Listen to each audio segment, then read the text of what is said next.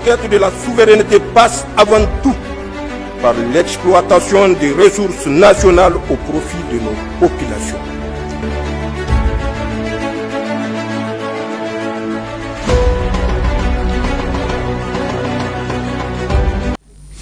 Et puis en mission de travail dans la région de Tawa, le ministre de l'Enseignement supérieur, de la Recherche et de l'Innovation technologique qu'accompagne le gouverneur de la région de Tawa a inauguré ce lundi au niveau du campus de l'université Jibohamani de Tawa plusieurs infrastructures académiques et administratives réalisées sur fonds propres de l'université et visité d'autres chantiers en cours de réalisation. Le point avec James DJ et Mahamadou Agoumou.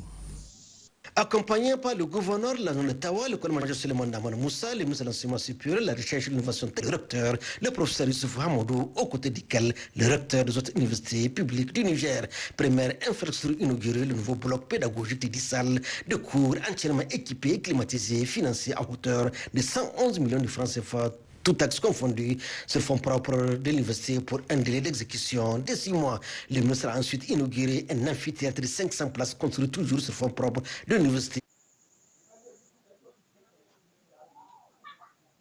pour un montant de 102 millions de francs CFA, tout taxe confondu. Juste après, le professeur Mamour Sedou a inauguré un autre bâtiment administratif pour le compte de la faculté de sciences agronomiques, un bâtiment composé de 20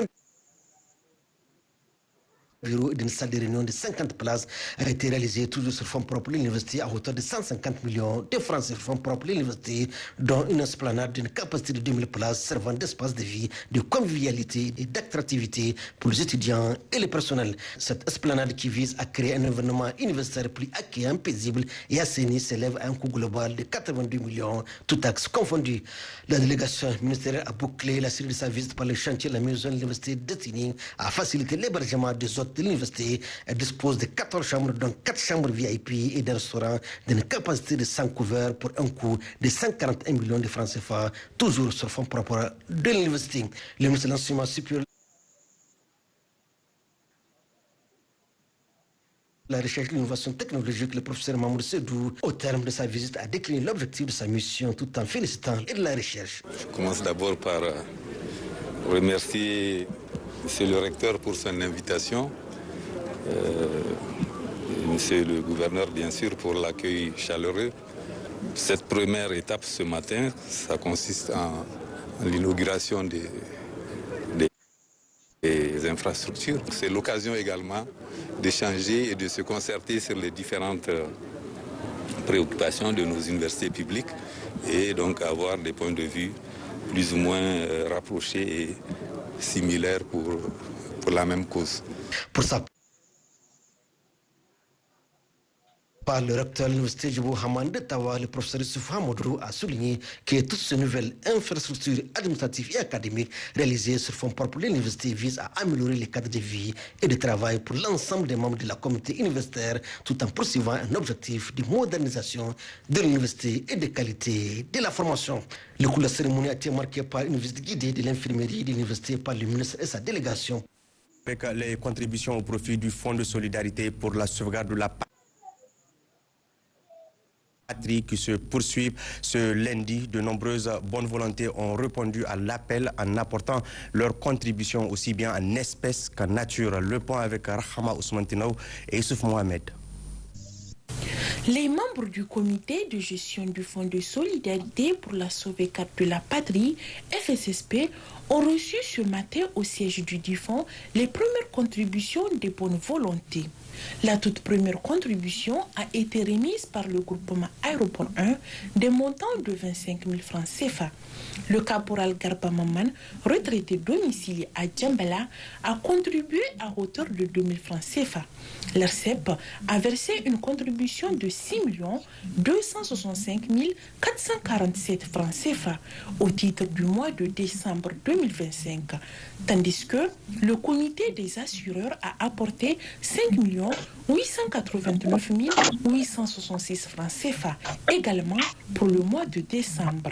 Chaque mois, l'ARCEP procède au prélèvement de cette contribution auprès de redevances des opérateurs.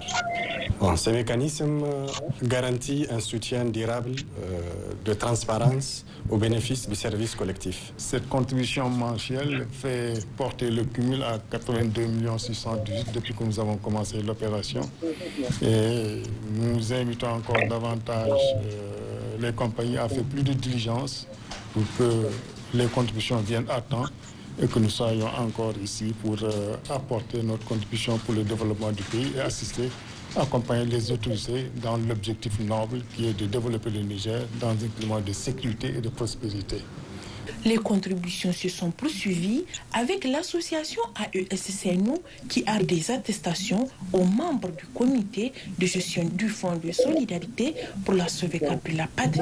Plusieurs collectivités territoriales et villages ont également manifesté leur solidarité. La commune rurale de Madaronfa a contribué à hauteur de 161 150 francs CFA. Le village de Malendawaye, 20 000 francs CFA. La commune rurale de Gangara, 10 000 francs CFA. Tout comme le village de Rijariga. Le village de Damakiawa a apporté 20 000 francs CFA. Celui de Guidamakada, 18 000 francs CFA.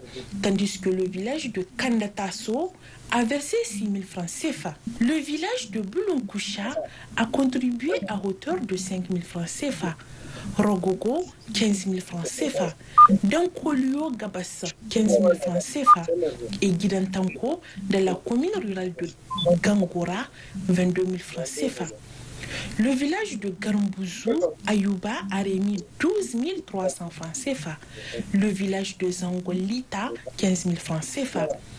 Kombaki 2, 11 000 francs CFA. Et Jardinguero, 10 000 francs CFA. Les villages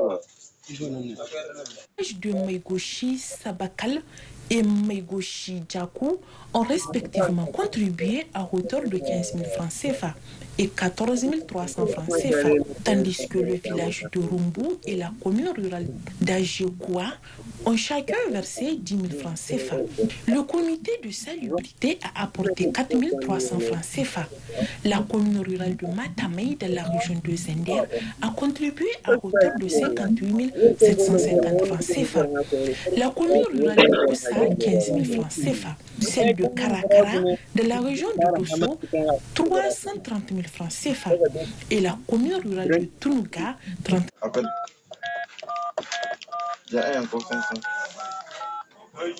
9 000 francs CFA. La commune rurale de Bana a versé 55 000 francs CFA.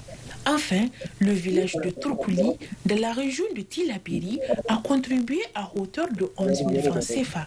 Le village de Kobadji Gungo, 228 100 francs CFA. Djadja Kado, 40 000 francs CFA. Mansour Koda, 25 000 francs CFA. Et pour terminer, le village de Mansour 1, 16 000 francs CFA. À travers ces gestes, les populations réaffirment leur engagement et leur solidarité en faveur de la sauvegarde de la patrie. Autre aspect de cette édition avec le gouverneur de la région d'Agadez qui a présidé ce matin la cérémonie officielle de remise de véhicules au profit de 4 directions régionales. Il s'agit à travers ce tapis de renforcer les capacités des agents de ces directions. Le point avec Salah.